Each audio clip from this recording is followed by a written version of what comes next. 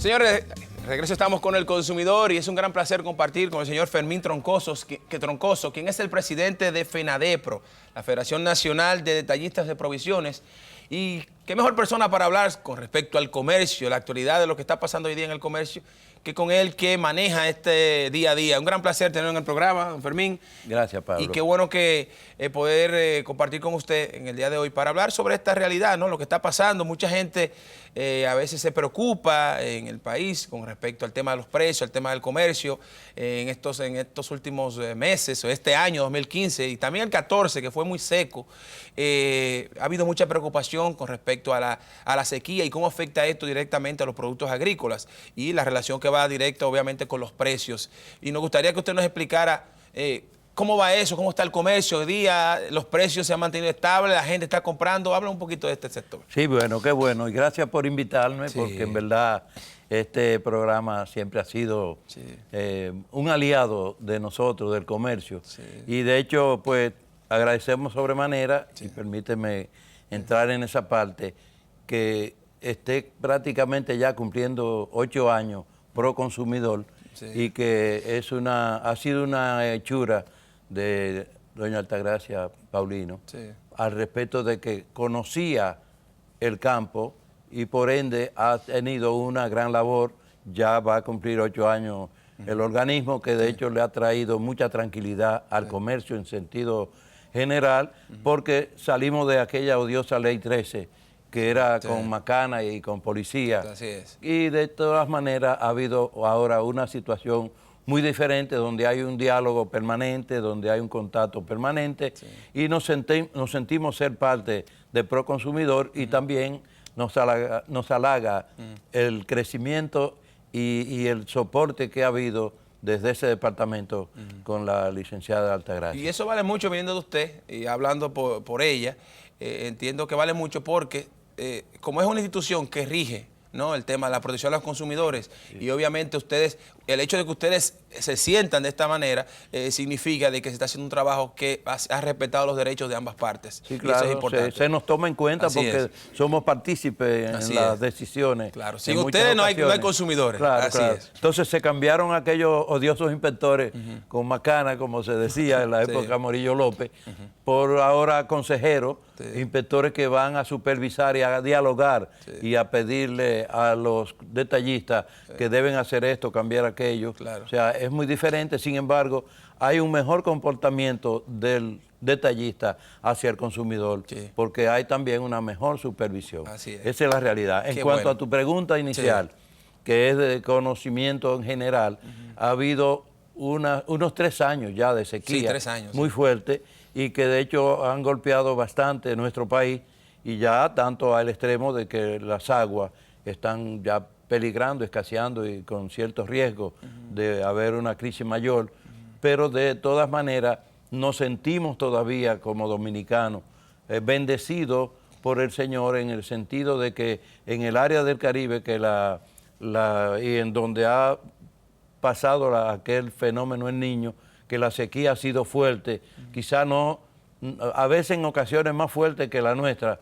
Sin embargo, en nuestro país nos damos el lujo de que no hemos tenido una crisis deficitaria en los productos del agro, ni todavía en las aguas, sí en el reguío en algunas ocasiones en el campo, y ha ido peligrando por la producción. Pero sin embargo, a ser un país que ha tenido tan buena producción siempre, y ha sido la diversificación por las zonas, porque hay zonas frías como Coa, Constanza, Jarabacoa, que se produce siempre algunos rubros que no han habido todavía problemas, que le hace la cebolla, las papas, el ajo, y así, desde ese punto de vista, aún los plátanos se mantienen a precios muy asequibles.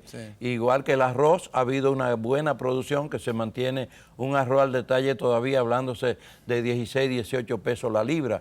Desde luego, no es el arroz ya que viene litografiado en su fundita, pero de todas maneras es el arroz de mayor consumo de la clase pobre.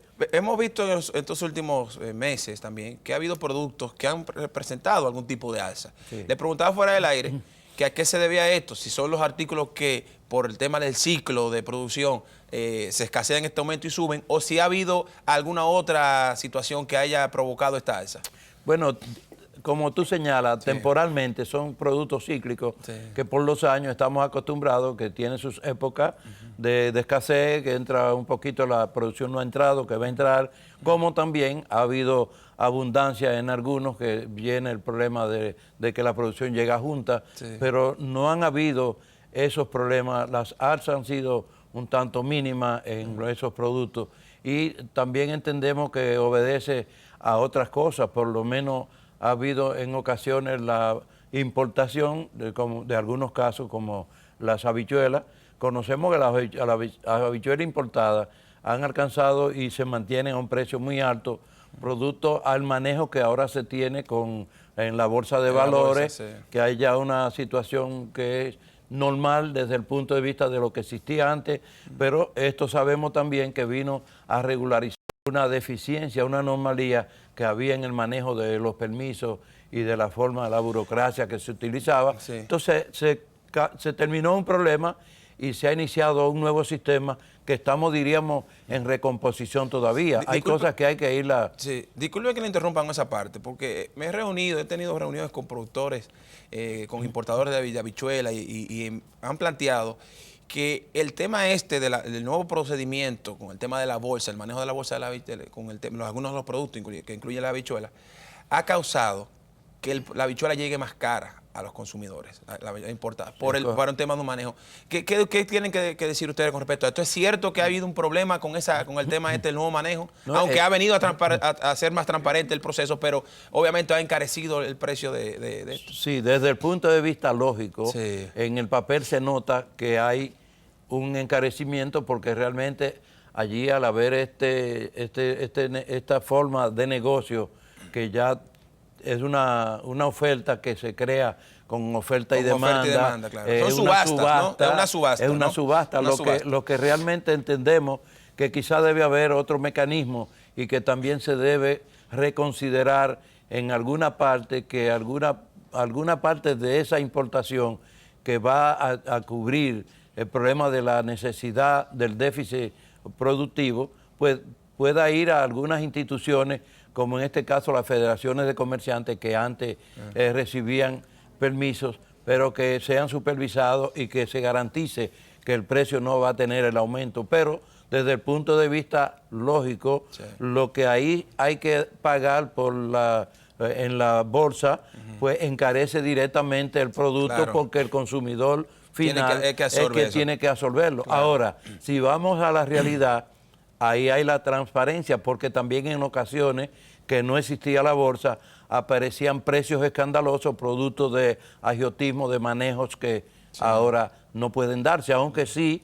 creemos que hay que regularizar en algo, porque se está dando el caso de que esa bolsa de valores, con la negociación que tiene, que ya existía, que las sillas, los asientos tienen un valor actualmente incalculable y que ya se registra prácticamente un ligero monopolio, si se quiere, porque el circuito es cerrado. Hay que expandir más y buscar alguna forma. Además que como todas las subastas, el que tenga más dinero puede pagar más, entonces los precios obviamente van a seguir aumentando. Es como el caso de la sojalda en aquella época, el que tenía más hojaldrada, claro. Más saliva que tú comías más hojaldrada, así es.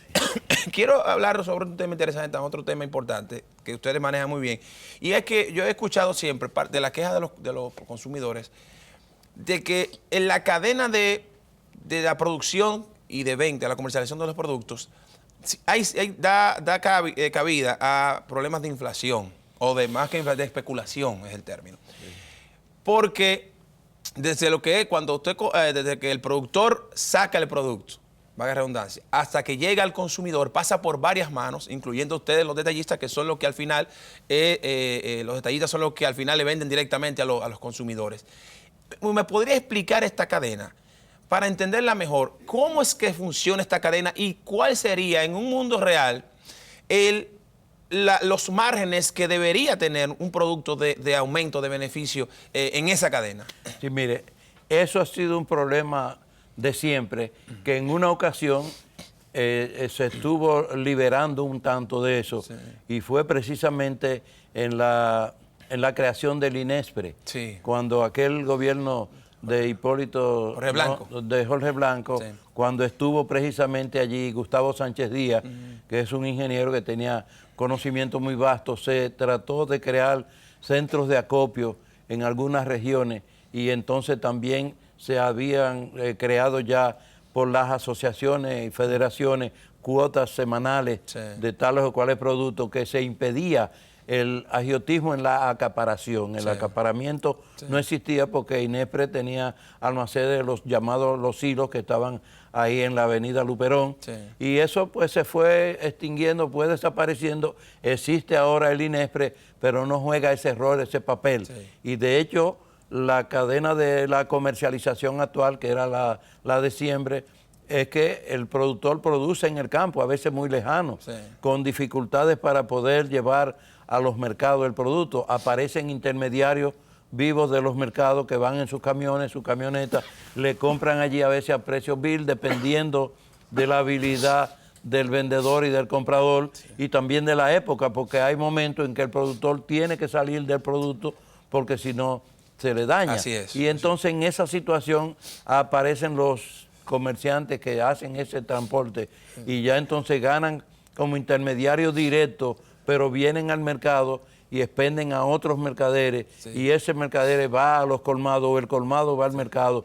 Hay una serie de transportes, como se ha ido poniendo tan caótico el transporte en el país, que encarece el producto. Desde luego, se ha creado el Merca Santo Domingo, que se pensaba que iba a tener la solución total, porque cuando estábamos en aquella época, ese fue un estudio a la cabeza de Gustavo Sánchez Díaz, pero tardó mucho en venir al ya producirse, y aunque ya hay la circunvalación que hace una cercanía con el Merca Santo Domingo, pero no hay los mecanismos creados todavía para que el productor tenga la facilidad de transporte y que sea que le venda directo ahí al intermediario ya que va al consumidor final.